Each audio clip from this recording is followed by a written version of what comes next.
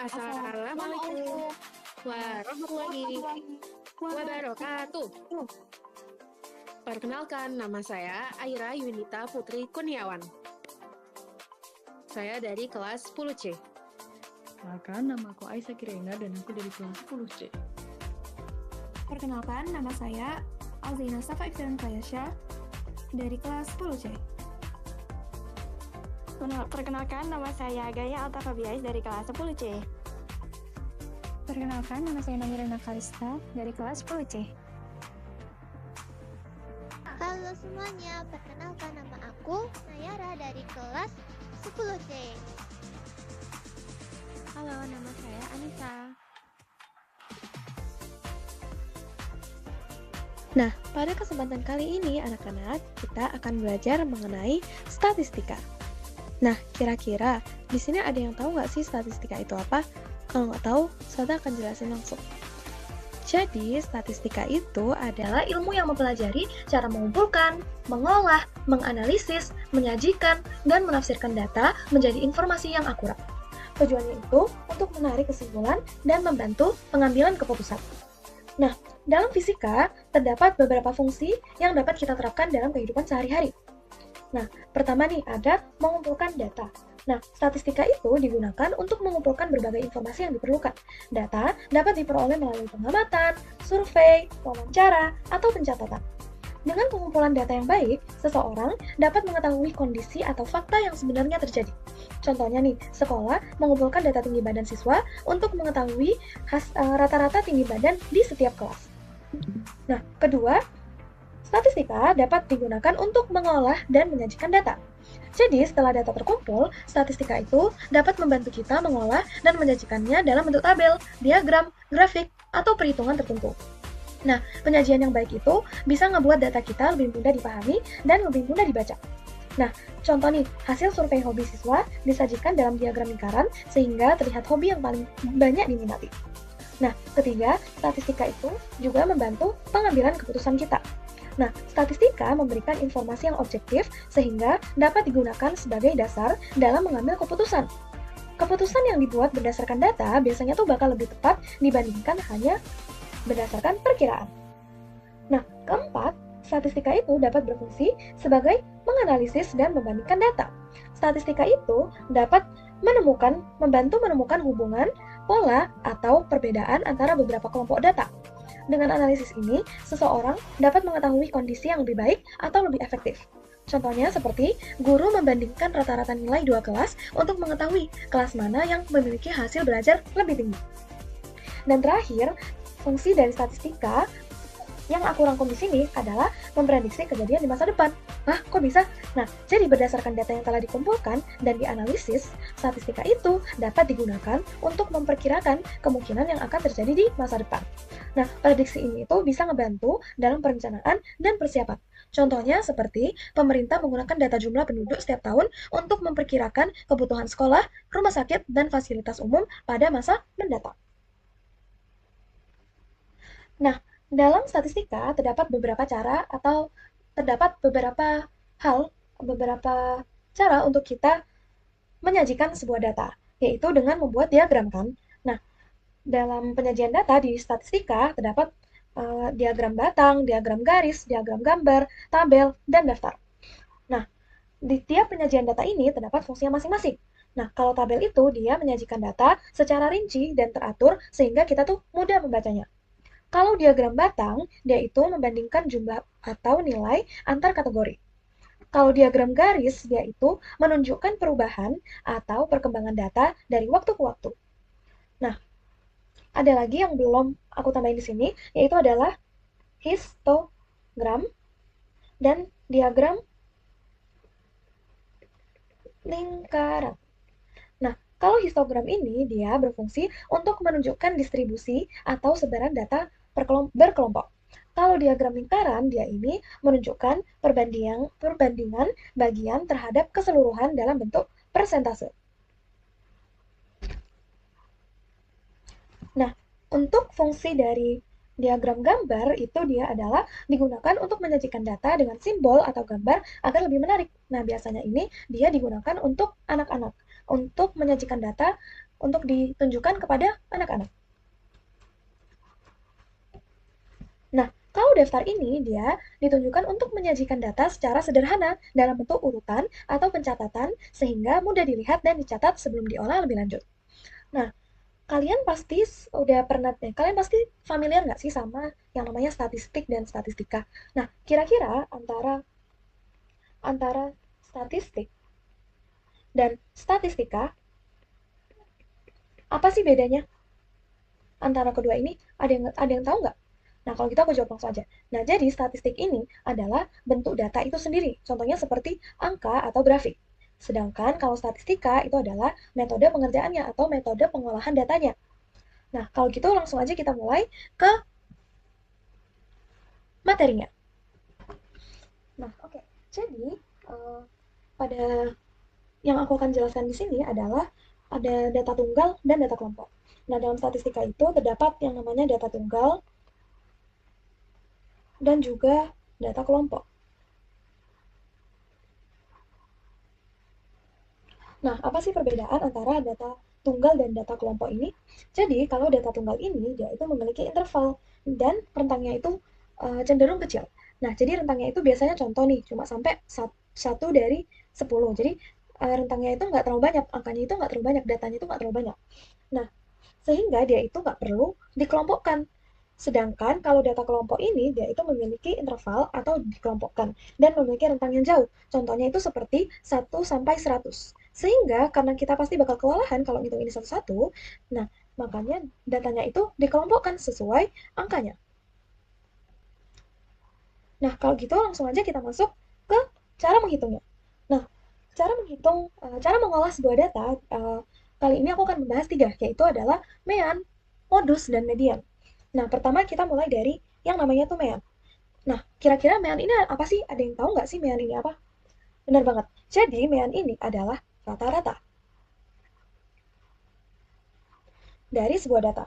Nah, biasanya mean ini dilambangkan dengan X dan garis di atasnya. Nah, ini adalah lambang mean. Artinya itu apa? Artinya itu dia adalah pemisalan data. Pemisalan data. Iya, jadi artinya itu dia adalah data keberapa X. Nah, rumus dari mean sendiri itu adalah X sama dengan sigma X per N. Nah, sigma X ini adalah jumlah seluruh data atau jumlah total dari data. Nah, sedangkan N ini adalah banyak data. Aku nggak ngerti deh, jumlah total data sama banyak data itu apa bedanya sih?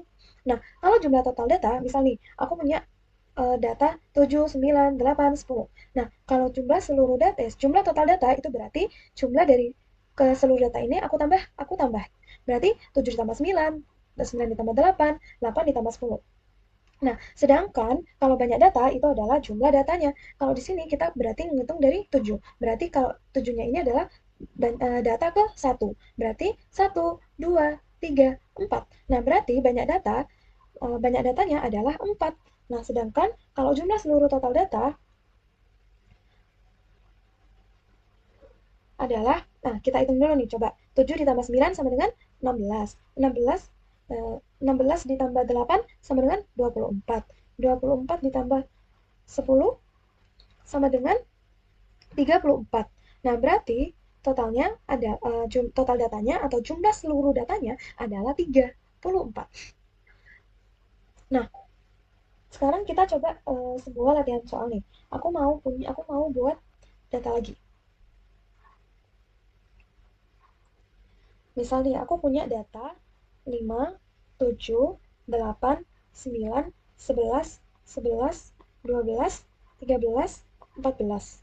Nah, sekarang kita akan mengerjakan ini atau mencari rata-rata dari data ini.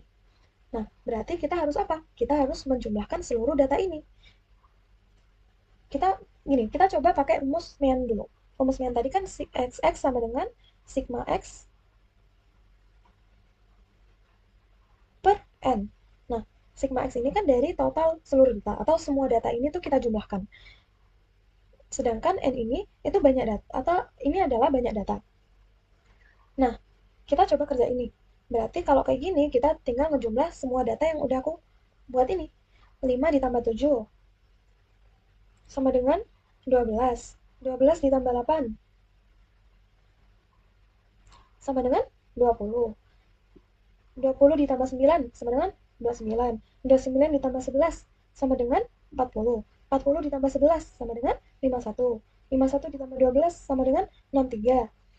63 ditambah 13 sama dengan 76. 76 ditambah 14 sama dengan 90. Berarti total dari seluruh data ini yang sudah kita jumlahkan adalah 90.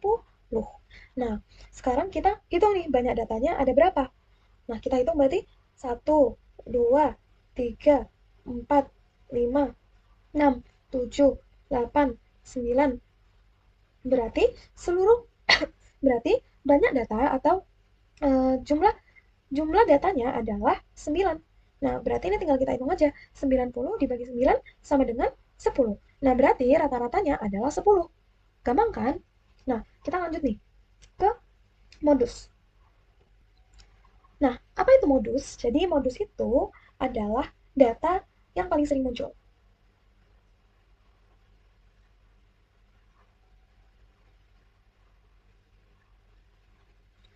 Nah, modus ini itu adalah, misal nih, aku punya data 1, 2, 2, 3, 4, 5. Misal aku punya data gini. Nah, data yang paling sering muncul itu adalah 2. Kenapa? Karena di sini dia itu 2 kali. Atau dia itu paling banyak muncul di antara data-data lain. Kalau 1 ini kan dia muncul cuma sekali. 3 ini dia juga muncul cuma sekali. 4 ini dia juga muncul cuma sekali. 5 ini cuma sekali. Sedangkan 2 ini munculnya 2 kali. Berarti dia ini adalah data yang paling sering muncul karena dia ini lebih sering, karena dia ini muncul lebih dari sekali atau lebih banyak daripada data-data yang lainnya. Nah, misal nih kita pakai soal yang tadi lagi nih untuk modus. Nah, misal ada data tadi 5, 7, 8, 9, 11, 11, 12, 13, 14. Nah, menurut kalian kira-kira mana yang modus di antara semua data ini? Nah, jawabannya itu adalah 11. Kenapa? Karena sama seperti yang aku katakan tadi, semua data ini kan cuma muncul sekali. 5 cuma muncul sekali, 7 cuma muncul sekali, 8 cuma muncul sekali, 9 cuma muncul sekali, 12 munculnya juga cuma sekali, 13 muncul sekali, 14 juga muncul cuma sekali. Cuma sekali. Nah, sedangkan 11 ini munculnya 2 kali. Berarti kan di antara semua ini, dia itu paling banyak angkanya atau paling besar kan? Berarti dia ini karena paling banyak, dia ini paling sering muncul. Nah, simpel kan? Berarti, nah, terus Kak, gimana sih kalau misal nih, nggak ada angka yang dominan? Atau misal nih, datanya tuh cuma kayak gini. Cuma 1, 2, 3, 4, 5. Nah, kalau kayak gini kan berarti nggak ada angka yang paling banyak, Kak. Nah, kira-kira modusnya berapa? Nah, berarti kalau kayak gitu, kalian nggak usah pusing cari modusnya. Kenapa? Karena modusnya nggak ada. Jadi, kalau misal nggak ada nilai yang dominan atau nilai yang paling banyak, berarti modusnya itu nggak ada. Karena semuanya ini berjumlah 1. Atau dia tuh cuma muncul sekali. Atau mungkin dia, misal semua datanya tuh muncul 2 kali. Berarti kan nggak ada yang dominan di antara data yang sering muncul itu. Data yang muncul itu. Nah, simakkan modus. Nah, selanjutnya kita lanjut ke median.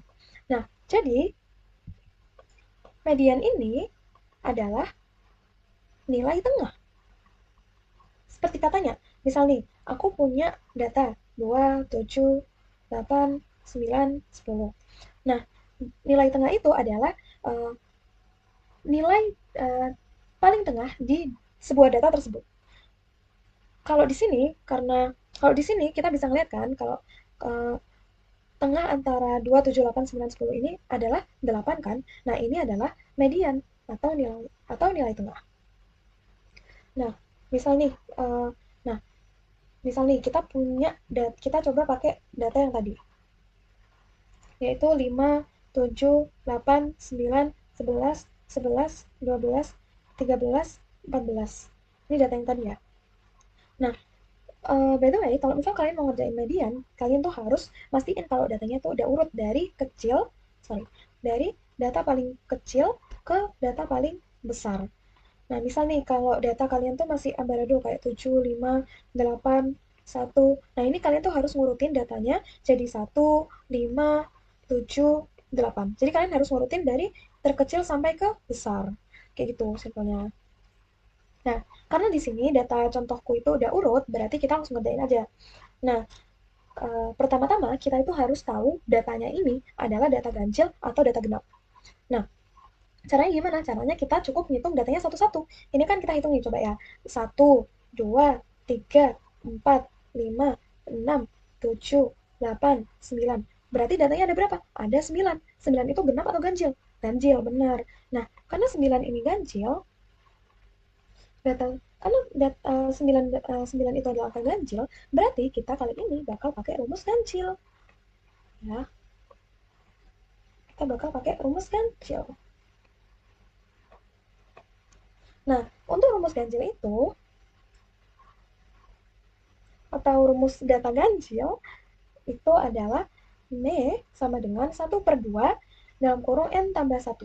Nah, M ini apa? M ini adalah mediannya. Atau, ya pokoknya M ini artinya median. Kayak tadi, kalau misal di median kan ini adalah simbolnya ya. Pokoknya, kalau di median, simbolnya itu adalah ME. Nah, selanjutnya, 1/2 ditambah N. N ini tadi kayak yang sama kayak di median tadi atau di rata-rata. N ini adalah banyak data. Nah, berarti kita hitung aja nih. Tadi kan banyak datanya ada 9. Berarti tinggal kita masukin aja. Berarti sama dengan M-nya itu sama dengan 1/2 dalam kurung 9 ditambah 1. Berarti kita tinggal hitung aja nih. Berarti 1/2, ini kan 9 ditambah 1 berapa? 10. Berarti 10 dikali 10 sama dengan, ini tinggal kita jadiin per juga, jadi 10/2, karena dia 1 kali 10 sama dengan 10, berarti 10/2.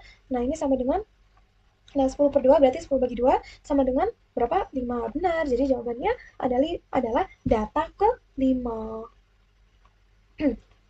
Nah, data ke-5 di sini berapa? Kita cari tahu aja nih. Tadi kan ini 1, 2, 3, 4, 5. Nah, berarti mediannya adalah 11, karena dia ada di data ke-5. Nah, terus Kak, tadi kan ada ganjil genap nih. Kira-kira kalau misal genap, gimana cara ngitungnya? Oke nih, misal ya, data kita itu jadi 5, 7, 8, 9, 11, 11, 12, 13. Nah, ini kita hitung datanya. Ini 1, 2, 3, 4, 5, 6, 7, 8. Nah, 8 itu angka genap atau ganjil? Genap. Berarti sekarang kita pakai rumus data genap. Nah, ya apa sih Kak rumusnya? Jadi rumus data genap itu adalah median sama dengan 1/2 dalam kurung XN/2 ditambah XN/2 tambah 1. Nah, ini kita tinggal masukin sesuai tadi lagi. Nah, tadi N itu kan banyak data. Di sini banyak datanya itu adalah di sini banyak datanya itu adalah 8. Berarti kita tinggal masukin nih. Mediannya sama dengan 1/2 dalam kurung X8/2 ditambah X8/2 ditambah 1. Nah, simpel kan? Nah, terus kita tinggal kerjain aja nih, simpel. Berarti 1/2 dalam kurung 8 bagi 2 berapa? Nah, sama dengan 4 ditambah 8 bagi 2 sama dengan 4 ditambah 1 sama dengan 5. Berarti X5. Nah, X ini apa sih? Kalian tadi kan belum aku jelasin. Jadi X ini adalah data ke, kayak tadi. Jadi X ini tuh maksudnya adalah data ke, misal kalau X4 itu berarti dia adalah data ke 4. Kalau dia X5 berarti dia data ke 5. Nah, di sini kita lihat aja, data ke-5-nya berapa? 9. Data ke-4-nya berapa? 9. Data ke-5-nya berapa? 11. Berarti kita tinggal masukin. Ini kan tadi data ke. Nah, kita masukin datanya berapa? Berarti di sini 1/2 sama dengan 9 ditambah 11. Nah, ini tinggal kita hitung aja. Berarti 9 tambah 11 berapa? 20. Berarti ini karena 1/2 kan ini dikali, berarti sama dengan 1 kali 20 sama dengan 20/2 sama dengan 10. Nah, berarti median dari data ini adalah 10 jawabannya. Nah, itu tadi adalah materi statistika yang kita pelajari hari ini. Mulai dari pengertian statistika, pengumpulan data, hingga penyajian data dalam bentuk tabel dan diagram. Semoga materi ini bisa membantu kita semua buat memahami cara mengolah dan menyajikan data dengan baik. Maaf ya, karena kali ini aku cuma ngajarin soal data tunggal, lain kali kita akan ketemu dengan data kelompok. Nah, sampai jumpa di pembelajaran berikutnya. Terima kasih dan tetap semangat belajar. Ingat, statistika itu bukan hanya tentang angka, tetapi juga tentang bagaimana kita memahami informasi dan mengambil keputusan yang tepat berdasarkan data. Teruslah berlatih agar semakin mahir mengolah data. Terima kasih sudah menyimak, sampai bertemu di video selanjutnya. Dadah! Wassalamualaikum warahmatullahi wabarakatuh.